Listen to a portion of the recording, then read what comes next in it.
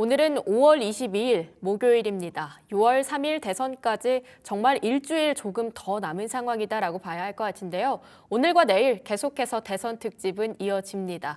목요일이니까요. 오늘은 국민의힘 김문수 후보의 대선 경제 공약 관련해서 구체적인 이야기 들어보는 시간 가져보도록 하겠습니다.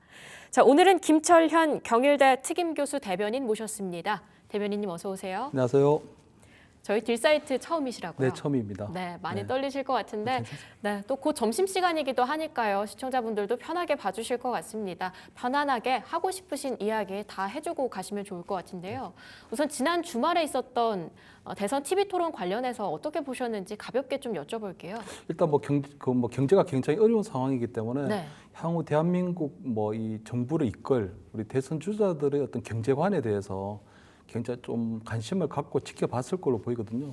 근데 아마 지켜보는 국민들 입장에서 볼 때는 다소 아쉬운 점이 많았다, 좀 실망스러웠다 이런 말씀을 드릴 수밖에 없는 게 아마 지난 1분기에 경제가 마이너스 성장이거든요. 네. 그리고 KDI에서도 잠재 성장률을 0%대 잠재 성장률을 예측하고 있는 상황이기 때문에 아마 우리 국민들 입장에서 볼 때는 대선 주자들을 통해서 굉장히 획기적인 경제를 살릴 방안을 조금 기대했을 텐데 생각보다는 조금 두루뭉술하고 굉장히 조금 원론적인 입장이 좀 그쳤다.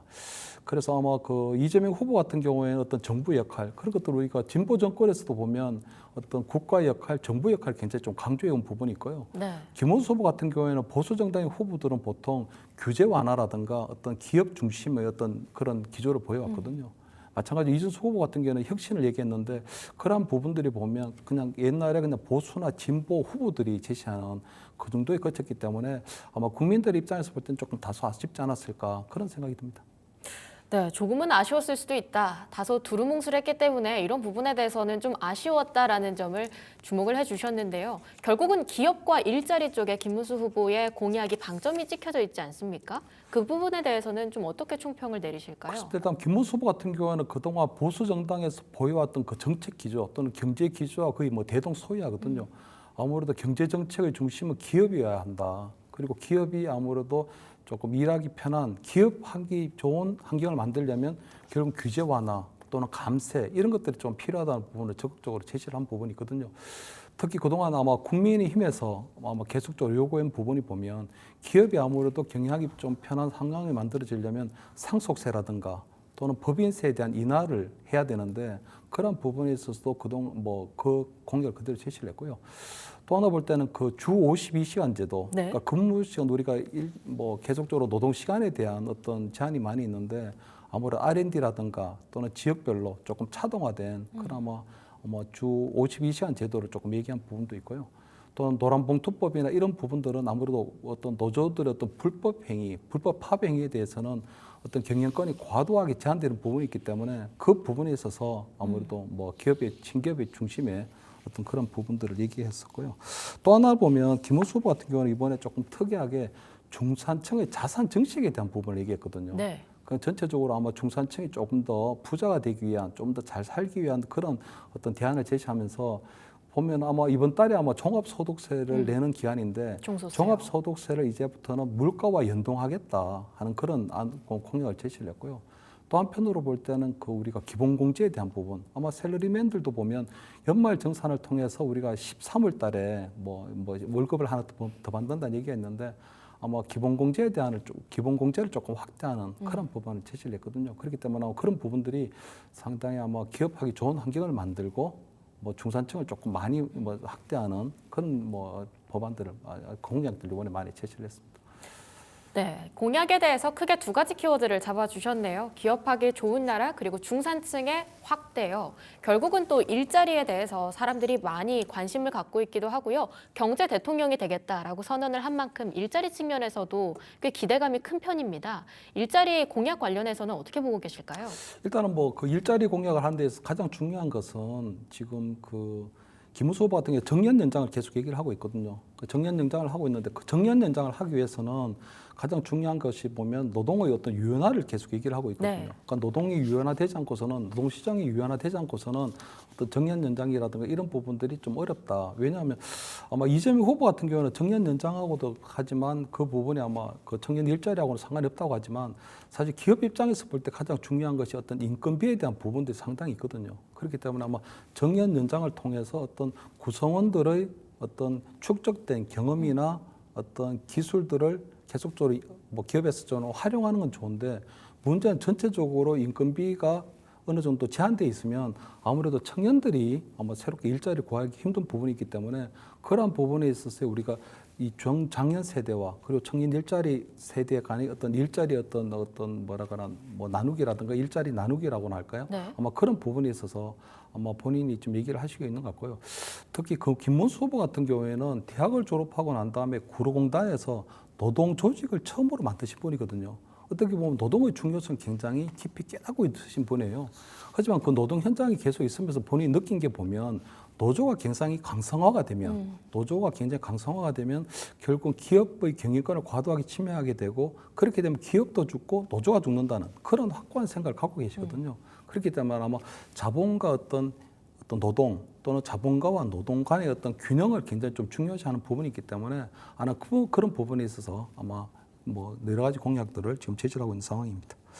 네, 자본과 노동 사이의 균형이요. 사실 이 부분 말씀을 해주시면서 결국은 비슷하게 일맥상통하는 것 같습니다. 노란봉투법, 악법이다, 반기업법이다 이렇게 표현을 했습니다. 여기에 대해서 충분히 동의하시는지요? 일단요, 그러니까 뭐 노동봉투법이 보면 결국 자본하고 이 노동의 균형을 좀 이루어야 되거든요. 근데 노동의 어떤 노동 3권은 보장이 돼야 됩니다. 뭐 단결권이라든가 단체행동권은 보장이 되어야 하지만 만약에 불법 행위에 대해서도 그냥 내버리게 두게 되면 기업 경영할 때 굉장히 애로가 생기는 건 사실이거든요. 기업하기가 굉장히 힘들어지는 부분이 있죠. 그렇기 때문에 노동 행위의 어떤 불법 행위에 대해서는 결국 경영권이 견제할 수 있는 수단이라고 하는 게 결국은 어떤 불법적인 어떤 파업 행위에 대해서는 손해배상을 청구하는 수단 외에는 없는 거거든요. 근데 노란봉투법 같은 경우에는 그 불법 행위에 대해서도 어떤 손해배상 청구하는 것을 제한하기 때문에 그렇기 때문에 사실 경영자의 입장에서 볼 때는 거의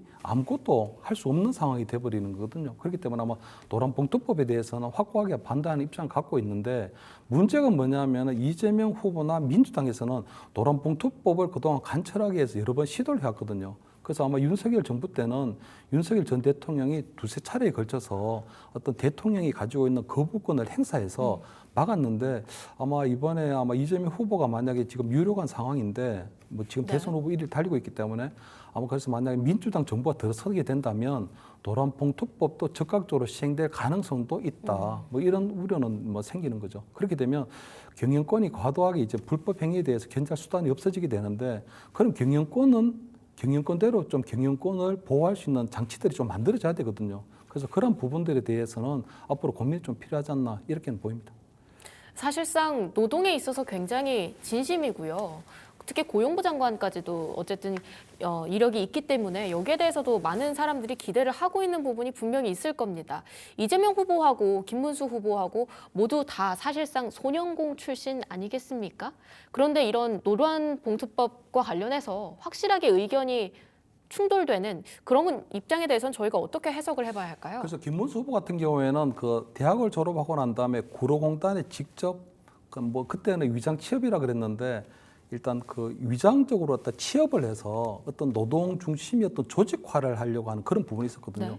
그래서 아무래도 본인이 이제 노동 조직에 있어서 상당히 선구자의 입장인데 그때 이렇게 이제 노동을 하다 보니까 노동 현장에 있다 보니까 노동자들의 어떤 어려움, 노동자들의 애환도 알게 되지만 마찬가지로 만약에 노조가 너무 강성화가 되면 너무너무 아마 강성화가 되면 그 부분에 있어서는 오히려 경영권을 위협하게 되면서 그렇게 되면 경영권이 뭐 경영자 같은 입장에서 볼 때는 굉장히 경영하는 게 어려워지게 되고 그렇게 되면 경영하는 사람이 어려워지게 되면 노동하는 사람들도 어려워지기 때문에 결국은 노동과 어떤 자본 또는 노동자와 경영자 사이에 어떤 건전한 균형이 필요하다. 그렇기 때문에 그것을 해야지만이 아마 서로 윈윈할 수 있고 상생할 수 있다는 방법들을 본인이 노동 현장에서 직접적인 체험을 통해서 깨달은 것 같고요.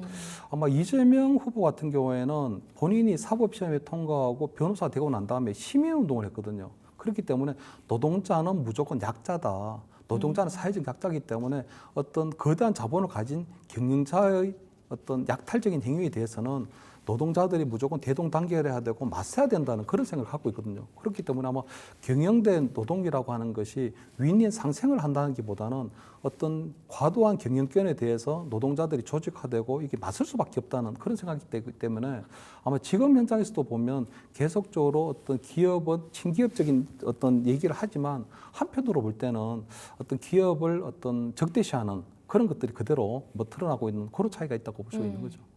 확실히 좀 상생 그리고 노동시장과 자본시장의 균형 이 부분에 조금 더 포인트가 맞춰져 있다 이렇게 말씀을 해주셨습니다. 오늘 또 한국거래소 일정 방문이 있었는데요. 그 안에서 보니까 또 자본시장을 밸류업하겠다, 주주보호를 하겠다 이런 이야기를 또 남긴 것 같습니다. 한국거래소 방문에 대해서 좀 상당히 지금 바쁠 시기인데 딱 이런 시기에 한국거래소를 굳이 찾아간 이유가 뭘까요? 일단 아무래도 뭐 본인이 볼 때 그 일단 뭐 한국의 어떤 여러 가지 어떤 한국의 어떤 여러 가지 신뢰나 이런 여러 가지 볼 때 아마 주식 시장으로 대표가 되는 부분이 있거든요. 예. 그런데 저는 좀 아쉬운 게 뭐면 김문수 후보 같은 경우에는 평생 어떤 주식 계좌를 한 번도 가져본 적이 없거든요. 그 주식을 실질적으로 해보지는 않았어요. 네. 하지만 어쨌든 기업의 가치라든가 어떤 기업의 경쟁력 이런 것들이 주식으로 나타나게 되고 지금 우리나라 같은 경우는 거의 한 1,800만 정도의 개미 투자자들이 있기 때문에 아무래도 기업이 얼마나 뭐 어떤 실적을 내고 기업 환경이 좋았냐에 따라 가지고 대한민국 경쟁력하고 바로 연결되는 부분이 있거든요. 그래서 아마 오늘 본인이 증권거래소를 뭐 직접 방문해서 여러 가지 앞으로 이제 우리나라의 주식시장, 특히 대한민국의 어떤 가치를 올리겠다고 하는 그런 선언을 조금 하신 것 같고요. 그 중에서도 보면 여러 가지 부분이 있는데 특히 이번에 같은 경우는 대선 주자들이 그 가상자산에 대한 네. 공약을 처음으로 발표를 했거든요. 그래서 앞으로 이제 뭐 가상자산에 대해서는 거래 수수료를 좀 인하하겠다든가 또는 금융기관에서 가상자산에 대해서 직접적인 어떤 투자를 허용하겠다는 부분이나 또는 원화를 담보로 한 어떤 스테이블 코인에 대해서도 인가를 하겠다거나 이런 어떤 가상자산에 대한 공약도 처음으로 발표를 했기 때문에 네. 그러한 여러 가지 것들이 아마 우리 개미 투자자들 또는 우리 MZ세대를 중심으로 한 어떤 주식에 대해 관심 있는 분들에 대해서도 많은 관심을 갖고 아마 그런 부분에서 호소하고 있는 부분이 아닐까 이렇게 보입니다. 네, 그만큼 2030 청년 세대 그리고 또 주식시장 증시 자체에 지금 상당히 많은 관심을 가지고 있다. 저희가 이렇게 봐야 하는 거겠죠. 네, 그렇습니다. 네, 그럼 구체적으로 조금 더 증시 부양 관련해서 어떤 공약을 펼쳤는지 이야기를 좀 들어보도록 하겠습니다. 우선 상대 측 후보에서는 이런 이야기를 했어요. 코스피 5천 시대를 열겠다. 이 실효성 있다고 보십니까? 그래서 지금 보면은 지금 오늘 같은 경우에 보면 오늘 뉴스를 보니까 그 트럼프발 관세 충격이 이제 현실화되고 있는 부분이 있거든요. 그 철강하고 자동차에 대한 대미 수출이 한 14.6% 정도가 감소했다는 네. 겁니다. 그렇기 때문에 지금 가장 중요한 것은 어떤 미국 어떤 트럼프발 어떤 관세 정쟁이라든가 이런 부분에 있어서 좀 대처하는 게 굉장히 좀 중요하게 보이고요. 특히 뭐 지금 뭐 이재명 후보나 뭐 이렇게 코스피 5천 시대를 얘기하고 어떤 얘기를 하고 있지만 사실 지금 굉장히 좀 경제 위기가 심화되고 있는 상황이거든요. 그렇기 때문에 지금 이 경제 위기를 어떻게 극복할까 하는 게 중요한 것 같고 그렇게 되면 지금 뭐 미국발 어떤 트럼프 어떤 관세 정책에 대해서도 지금 어떻게 해야 되는 게 굉장히 중요하거든요. 근데 아마 이번에 경제 토론에서도 보면 결국 여러 가지 어떤 관세에 대해서 이 관세에 대한 어떤 통상 전쟁에 대해서 네. 어떻게 대처할까에 대한 그런 답변에 조금 미흡한 부분이 있었거든요. 이재명 후보 같은 경우에는 국익이나 실용주의 쪽으로 접근해야 된다 그러고 김문수 후보 같은 경우에는 한미 정상회담을 적극적으로 개최를 하겠다고 하지만 실질적으로 트럼프를 만났을 때 또는 트럼프 정부에 대한 어떤 관세 정책에 대해서 어떻게 종합적으로 어프로치할 것인가에 대해서는 아주 구체적인 답이 없는 상황이기 때문에 저는 아마 주식시장을 코스피 5천까지 올린다고 하는 그런 부분들은 굉장히 의욕이 있고 굉장히 뭐 좀 선언적인 측면에서 볼 때는 어떤 국민들에게 희망을 줄 수 있는 부분들도 있지만 거기에 뒤따르는 굉장히 구체적이고 어떤 정밀한 좀 로드맵이 있어야 된다. 지금 같은 경우에는 지금 보면은 저는 조금 생각하는 게 지금 경제 위기가 굉장히 심하고 있기 때문에 그 이재명 후보 같은 경우에는 지금 어떤 적극적인 재정 정책을 얘기하고 있거든요. 네. 돈 풀기. 그렇기 때문에 어제 뭐 얘기한 거 보면 나라가 빚지면 안 된다. 그런 것들은 무식한 소리라고 얘기를 하는데 지금 나라가 빚지면 안 된다고 하는 부분들이 보면 결국 우리나라 같은 경우에는 대한민국 정부가 그동안 재정 건전성이라는 걸 굉장히 좀 준수해 왔거든요. 그렇기 때문에 어떤 부채 비율을 50% 이하로 떨어뜨리는 부분이 있었는데 어제 김문수 후보 같은 경우에는 그 부채 비율을 일본의 사례를 비유를 했거든요. 그 일본 사례가 보면 거의 부채 비율이 한 200% 정도가 돼요. 그렇기 때문에 아마 굉장히 아마 지금 50%라고 하는 그 재정 건전성이 중요한 것이 아니고 네. 지금 적극적인 뭐 어떤 재정을 풀어서 아마 경기 부양하겠다고 하는 부분이 있기 때문에 저는 그것이 얼마나 코스피 5천 시대를 가는 데서 중요할지는 모르겠으나 지금 당장 가게나 또는 기업이나 여러 가지 부분에서 어렵기 때문에 지금 당장은 정부의 재정이 조금 마중물이 되어야 된다 하는 그런 부분에 있어서는 저는 맞는 부분이 있지 않나 하는 생각이고요. 아마 김문수 후보 같은 경우에도 지금 코스피 5천 시대를 가려면 결국은 기업의 가치 또는 기업의 매출을 늘어야 되고 좀 기업이 어느 정도 장사가 굉장히 좀 잘 돼야 되는데 지금 가장 큰 위기적인 부분들이 어떤 관세라고 하는 그런 부분들이 있기 때문에 그런 부분에 있어서 아마 향후 이제 정부를 이끄는 우리 뭐 대통령 후보자들이 어떠한 이제 뭐 청사진을 제시하는가 이런 것들이 좀 중요하지 않나 이렇게 보입니다. 네. 코스피 5천 정말 많은 개인 투자자들이 꿈꾸는 미래이기도 한데요. 구체적인 로드맵이 조금 더 필요하다. 돈을 풀어서 결과적으로는 어떤 식으로 이걸 키워 나가겠는가에 대한 확실한 방점이 조금 더 필요한 상황이지 않은가. 이런 부분에 대해서 좀 아쉽다고 이야기를 해주셨습니다. 사실 김문수 후보의 정책에 있어서 또 많은 투자자들의 관심이 가는 게 바로 배당소득세 폐지입니다. 배당이 결국은 더 그만큼 늘어날 수도 있을 거다라는 기대감도 있고요. 또 최근에 금융주 그리고 증권 관련해서는 이 밸류업 프로그램에 대한 기대감 때문에 주가가 상당히 움직이기도 했습니다. 이 배당소득세 폐지 공약에 대해서는 또 어떻게 보고 계실까요? 일단 배당소득세를 폐지한다고 한 부분을 보니까 그 5천만 이상이거든요. 네. 그렇기 때문에 사실은 뭐 해당하는 뭐 투자자들이 사실 많지는 않긴 한데 어쨌든 배당 투자세를 폐지하고 그다음에 여러 가지 뭐 이 거래 수수료를 인하하게 되면 나름대로 적극적으로 아마 이제 투자 행위에 임할 가능성이 높아지기 때문에 그렇게 되면 아무래도 주식시장 전반적으로 조금 활성화가 될 가능성이 크고요. 네. 아무래도 주식시장이 전반적으로 활성화가 되면 기업의 입장에서 볼 때는 자금 조달하는 게 조금 더 원활해지게 되는 것이고 그다음에 그 나름대로 그 통해서 이제 뭐 기업들이 아무래도 자금 조달하게 되면 그 조달된 자금을 통해서 기업이 아무래도 여러 가지 투자 활동을 할 수 있기 때문에 그 부분에 있어서는 저는 상당히 뭐 조금 고무적인 게 아닌가 그렇기 때문에 아마 그런 것들의 기대가 큰데 문제가 뭐냐면 이런 부분들이 배당 소득세를 떨어뜨리고 하는 이런 부분들이 입법적으로 좀 해결이 돼야 되는 부분이거든요. 네. 근데 문제는 국회에서 입법적으로 해결하는 데 있어서 민주당의 어떤 적극적인 협조가 필요한데 그 부분에 있어서는 아무래도 뭐 민주당이 조금 상당한 좀 신중하고 한 그런 자세를 보이고 있기 때문에 그 부분에 있어서는 계속적으로 좀 논의가 필요하지 않나. 지금 당장 김문수 후보의 어떤 의욕적인 부분들을 조금 확실하게 좀 보여드리는 것이고 그 부분들 실질적으로 입법화되는 데 있어서는 조금 지켜볼 필요가 있다. 이렇게 보입니다. 네, 이 배당소득세를 폐지함으로써 사실상 대주주가 이 기업 정책에 있어서 조금 더 긍정적으로 주주 환원에 나설 수도 있겠다. 이런 기대감을 저희가 좀 가져볼 수 있을까요? 뭐 그런 것도 있고요. 어쨌든 그 최근에 보면은 그 자사주 소각에 대한 문제도 계속 네. 나오고 있거든요. 그렇기 때문에 아마 자사주를 소각하고 하는 여러 가지 부분들이 벌어지게 되면 아무래도 뭐 기업의 입장에서 볼 때는 기업의 가치가 제고될 가능성이 크고요. 그렇게 되면은 어떤 주식의 가치도 제고되는 측면이 분명히 있게 되거든요. 그렇기 때문에 지금 아마 전체적으로 아마 김문수 후보도 그렇고 이재명 후보도 그렇고 아마 지금 앞으로 나온 대선 주자들이 전반적으로는 아마 주식 부양을 통해서 대한민국 경제에 대한 활력을 조금 살리려고 하는 그런 전략을 갖고 있는 게 아닌가 이렇게는 보입니다. 또 증시 관련해서 사실 지난달까지 굉장히 뜨거운 감자였던 게 상법 개정 아니겠습니까?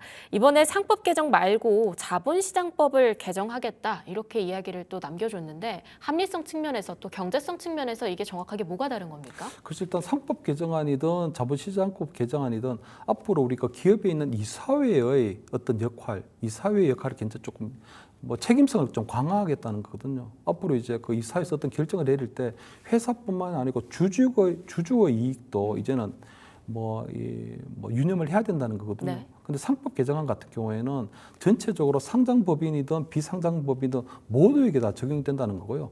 자본시장법 개정안 같은 경우에는 일단 상장된 회사에 대해서만 네. 그게 왜냐하면 아무래도 상장된 회사 같은 경우에는 여러 가지 아마 그 관련된 법령에 따라서 제재를 받고 그 부분에 있어서 감시를 받고 있기 때문에 어느 정도는 그 부분에 있어서의 어떤 준비가 잘 되어 왔거든요. 그렇기 때문에 지금 비상장 법인까지보다는 상장 법인에 대해서만 우선적으로 했으면 하는 것이 국민의힘이나 김문수 후보 입장인데 아마 민주당에서 볼 때는 상법 개정안이라고 해서 상장 법인이든 비상장 법인이든 상관없이 모든 어떤 뭐 법인에서는 이 사회가 앞으로는 회사뿐만 아니라 주주의 이익에 대해서도 이제는 그 책임을 져야 된다 하는 이런 것들이거든요. 그동안 보면 그 어떤 주주도 몰래 어떤 뭐 M&A가 되거나 또는 물적 분할이 이루어진다거나 또는 합병이 이루어진다거나 하면서 사실 주주들 입장에서 볼 때는 뭐 그 다음날 그런 깜짝 놀랄 만한 소식 때문에 어떤 주식이 떨어지거나 변동성이 커지면서 굉장히 조금 좀 손해를 보는 경우가 많았거든요. 그렇기 때문에 아마 그 부분에 대해서는 지금 개정안 얘기를 하고 있는데 저는 김문수 후보 입장을 조금 찬성하는 부분이 보면 네. 우리가 상장법인하고 비상장법인이 있는데 아무래도 어느 정도 준비된 단계에 준비된 어떤 유예기한을 좀 주는 것들은 굉장히 좀 중요하다고 보이거든요. 그렇기 때문에 전체적으로는 지금 민주당에서 얘기하는 것처럼 상장법인뿐만 아니라 비상장법인까지도 어떤 이사회의 어떤 책임성을 강화하는 부분은 맞지만 지금 당장 어느 정도 내부적으로 준비가 된 상장법인을 좀 하고 한 1년 이내 2년 정도 유예기한을 두고 난 이후에 비상장법인도 충분히 앞으로 그 주주를 위한 위사의 어떤 책임성이라든가 이런 것들과 관련해서 준비를 해야 되는 것들이 분명히 있는 거잖아요. 네. 그렇기 때문에 저는 지금은 조금 단계적으로 뭐 상장법인 그러니까 자본시장법 개정안을 하고 그 이후에 상법 개정안으로 확대해 나가는 것이 아무래도 경영에 대한 어떤 충격도 조금 줄이고 하는 부분이 맞지 않나 이렇게는 보이는 거죠. 완전히 닫아놓은 게 아니라 단계적으로 천천히 발 맞춰서 추진해 나가겠다. 그런 그렇게 하는 입장인 게 거죠. 아무래도 조금 더 합리적이고 아무래도 어느 정도 경영자의 입장에서 볼 때는 어떤 이 사회에 참석하시는 분들도 그렇고 아무래도 좀 더 대비를 하고 나갈 수가 있게 되는 거죠. 네, 특히 또 이런 이야기가 있었습니다. 직접 발로 뛰는 대통령이 되겠다. 따라서 해외 투자자들을 대상으로 대통령이 직접 IR도 하고 한국 기업에 홍보를 하겠다. 이렇게 이야기를 했는데요. 여기에 대해서 저희가 충분히 기대를 해도 되는 걸까요? 네, 아무래도 뭐 그 과거 우리가 이명박 정부 때 보면 이명박 대통령이 기업인 출신이다 보니까 해외 IR도 열심히 뛰고 어떤 대한민국의 가치 또는 기업의 어떤 가치를 올리는 부분들에 대해서 이제 뭐 세일즈맨 대통령이 되겠다고 했는데 아마 김문수 후보도 아마 그런 부분들을 차용해서 아마 하시려고 하는 것 같고요. 다만 저는 지금 보면 그 여러 가지 뭐 해외 IR을 나가고 하는 부분들도 중요하지만 저는 가장 중요한 것은 기업하기 좋은 환경을 좀 만들어주는 걸로 보이거든요. 기업이 가지고 있는 여러 가지 애로들, 특히 뭐 김문수 후보가 강조하고 있는 부분이 보면 규제 완화거든요. 규제 네. 완화. 기업이 아마 기업 활동하는 데 있어서 가장 애로점을 느끼는 부분들이 아마 정부의 각종 규제들 또 신사업에 나가려 그러면 우리 스타트업도 마찬가지지만 여러 가지 진짜 유무형의 어떤 규제들이 계속 가로막고 있는 부분이 있잖아요. 그렇기 때문에 아마 그 김수 후보 입장에서 볼 때는 해외 IR에 나가서 어떤 기업을 어떤 홍보하는 이런 부분도 얘기를 하지만 가장 중요하게 생각하는 것이 기업이 기업하기 조금 좋은 환경을 만들어주는 어떤 규제 완화.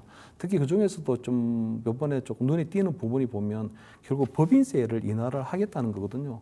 그동안 보면 해외에 비해서 우리가 선진국에 비해서 어떤 기업의 어떤 법인세가 상당히 높았는데 그 법인세를 조금 줄이게 됐을 경우에 그렇게 되면 아마 기업에서 볼 때는 법인세 줄어드는 만큼 투자할 수 있는 여력이 생길 수도 있는 부분이 있고 또 법인세가 아무래도 해외보다 조금 낮아지게 되면 해외 기업들이 조금 더 자유롭게 들어올 수 있는 부분들도 있거든요. 그렇기 때문에 지금 어떤 정률적인 법인세를 지키는 것보다는 법인세는 조금 더 떨어지지만 오히려 법인세액이 늘어나는 어떻게 보면 법인세율을 올리고 내리고 하는 것들보다 더 중요한 것은 줄이거나 늘릴 때 실질적으로 들어오게 되는 나라 곳간에 쌓이는 법인의 세액이 중요한 거잖아요. 그렇기 때문에 저는 아마 김문수 후보의 입장에서 볼 때는 어떤 기업 어떤 홍보 차원에도 중요하지만 더 중요하게 생각하는 것은 기업이 기업하기 좋은 환경을 만들어주는 거, 여러 가지 각종 규제를 완화하고 폐지하고 또 법인세라든가 또는 상속세 이런 부분들을 조금 경감하는 이런 부분들에 대해서 타겟팅을 하고 있는 거 아닌가 이렇게 보입니다.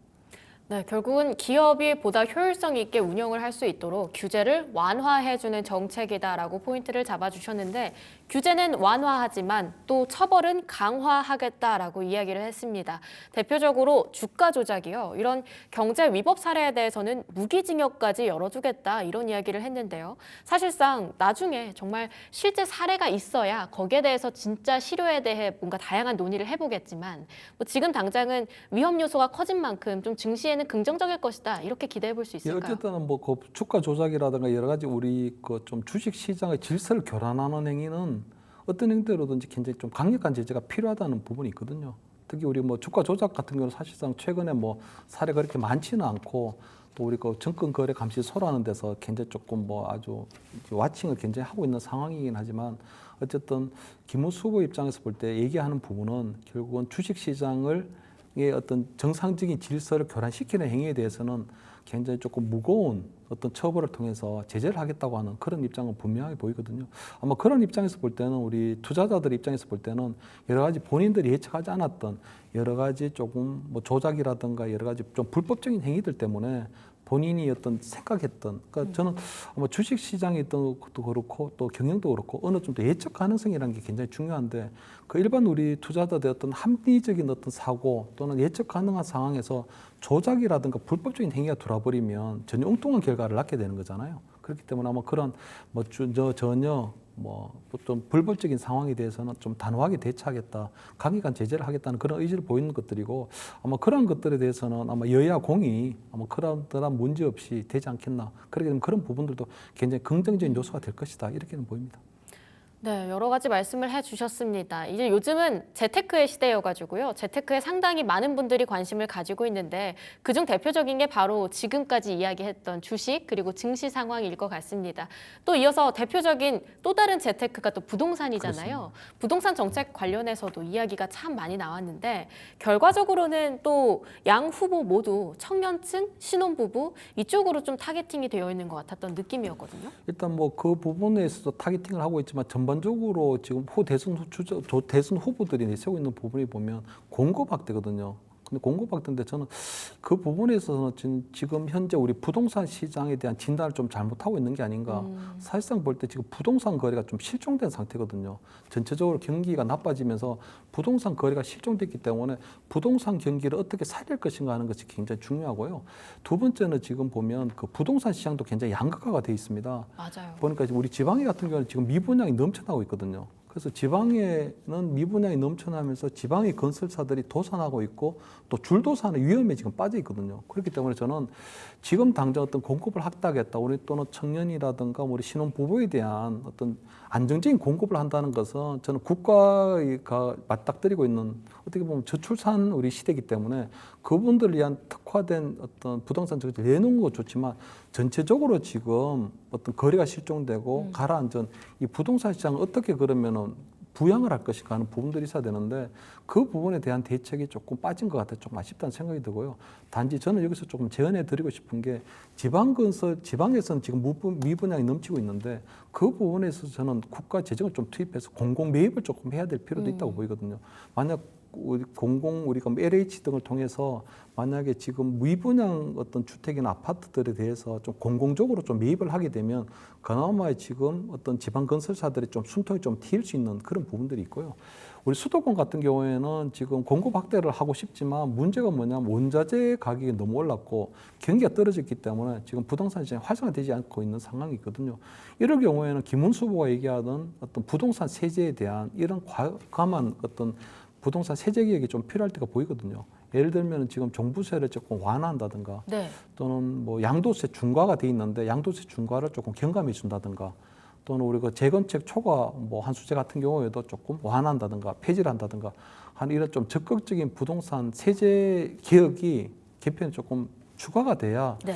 저는 좀 부동산 시장을 조금 활성화할 수 있는 방법이 되지 않나. 지금은 어떤 청년이나 여성 정책에 대해서 청년이나 또는 신혼부부에 대한 어떤 주택 공급도 굉장히 중요하지만 전체적으로 부동산 시장이 지금 가라앉아 있기 때문에 그 부분에 대한 활성화 정책이 좀 필요하다고 보고 저는 우리 내수를 살리는 데 있어서 가장 중요한 지표가 되는 게 저는 하나 보고 이게 건설이라고 생각되거든요.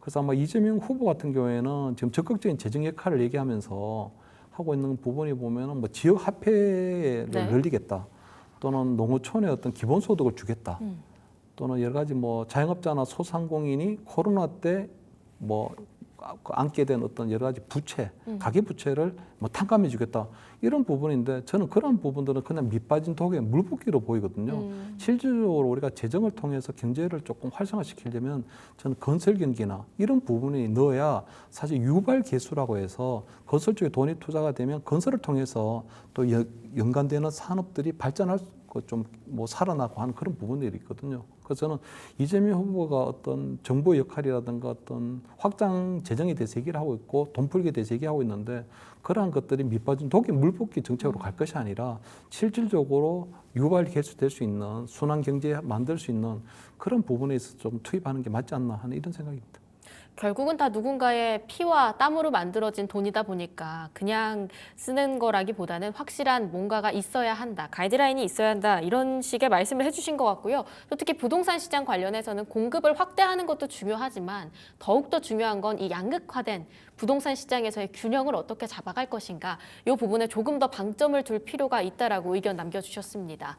GTX 관련해서도 두 후보가 공약을 냈어요. 사실 어디까지 노선을 확장해 나갈 것인가, 여기에선 좀 차별점이 있었던 것 같은데, 김문수 후보의 GTX 공약에 대해서는 어떻게 보실까요? 일단 GTX 공약이 지금 뭐 관심들이 많으실 텐데요. 보면 김문수 후보가 2009년도 그때 경기도지사 할 때 GTX 이제 A가 이제 그때 이제 첫 삽을 뜨기 시작했는데, 그것이 이제 지금 2012년도에 착공하고 18년 이제 2028년도에 이제 완전 개통이 되거든요.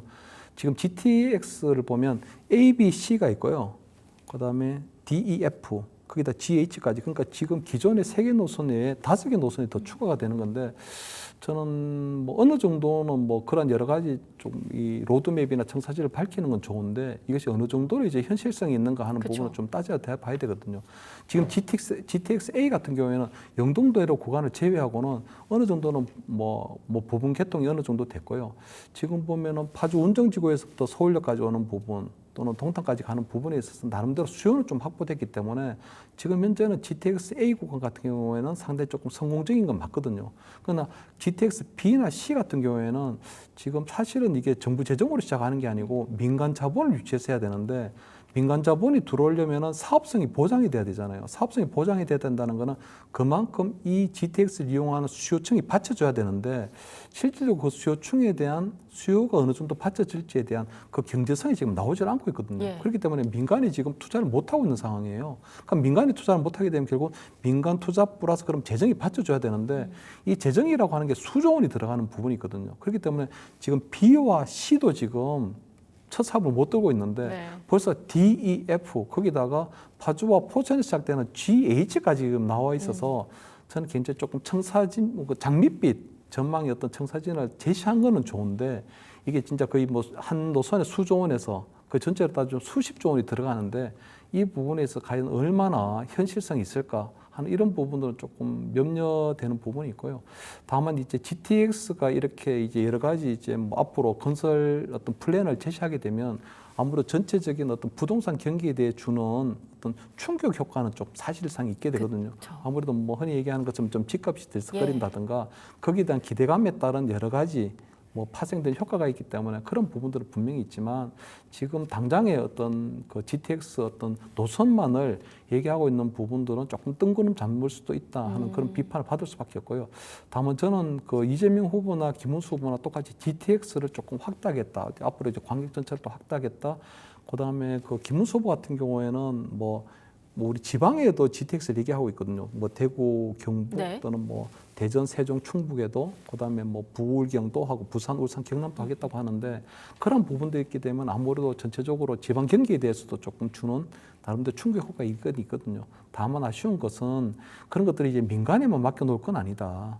그럼 이 부분에서 그럼 얼마나 국가 재정이 충실하게 좀 뒷받침해 주느냐, 또는 국가 재정이 얼마나 마중물을 해주느냐 하는 것들도 굉장히 좀 중요하거든요. 그렇기 때문에 저는 GTX 어떤 플랜뿐만 아니라 국가에서 이 부분 어떻게 그럼 지원할 거냐, 예. 얼마나 어떤 재정 투입을 어떻게 할 거냐 하는 이런 구체적인 로드맵도 좀 제시가 됐으면 어땠을까 하는 이런 뭐 평가를 합니다. 살짝 아쉬운 부분이 있는 거네요. 그렇습니다. 어찌 보면. 오늘 이야기를 좀 들어보니까요. 일자리 측면에서도 부동산 측면에서도 또 저희가 마지막으로 다뤘던 GTX 관련해서도 각각의 아쉽고 뭔가 부족한 부분들이 있다라고 교수님께서는 보고 계신 것 같아요. 좀 마지막 시간을 빌미로 제언 한번 받아볼 수 있을까요? 그래서 저는 뭐 지금 뭐 아무래도 지금 이번 대선 후보들이 보면 경제 전문가는 아니거든요. 네. 그리고 아마 이번 대선이 정상적인 우리 뭐 5년마다 치러진 대선이 아니고 윤석열 전 대통령의 탄핵에 따른 뭐 조기 대선이다 보니까 굉장히 조금 짧은 시간에 이루어지는 선거잖아요. 그렇기 때문에 아마 대선 주자들이 폭넓게 지금 이 경제 정책에 대한 이해라든가 아니면 국민들이 만족할 만한 경제 정책을 제안하지 못했지만 지금 당장 국민들이 느끼고 있는 경제 위기는 정말 심각한 상황이거든요. 어떻게 보면 지금 경기 침체를 넘어서 거의 불황의 상태로 넘어가고 있다고 할 만큼 심각한 상태이기 때문에 그러한 어떤 경제 살리기 정책에 대해서 좀 더 집중을 했으면 좋겠다는 생각이 들고요. 특히 우리 그 트럼프발 관세에 대해서는 굉장히 뭐 국민들께서도 심각한 뭐 우려를 갖고 계신 예. 부분이 있기 때문에 그러한 부분에 있어서도 또 우리 청년 일자리라든가 또는 뭐 중장년 일자리 이런 부분에 대해서도 조금 폭넓은 좀 관심과 어떤 뭐 좀 정책이 나와야 되지 않을까 하는 이런 생각이 듭니다. 청년 일자리 참 어렵습니다. 많이 힘들기도 하고요. 또 자영업자분들도 많이 힘들기도 하고요. 이 부분에 대해서 인수위가 없기 때문에 더욱더 주목을 받곤 있지만 좀 두루뭉술하더라도 앞으로 차기 출범하게 될 정부가 조금 더 적극적이고 확실한 정책을 펼쳐나가면서 이런 경제 관련한 문제들 좀 많이 이끌어줬으면 좋겠다. 이렇게 이야기를 해주셨습니다. 여기서 인사드리도록 하겠습니다. 김철현 교수님과 함께했습니다. 말씀 감사합니다. 감사합니다.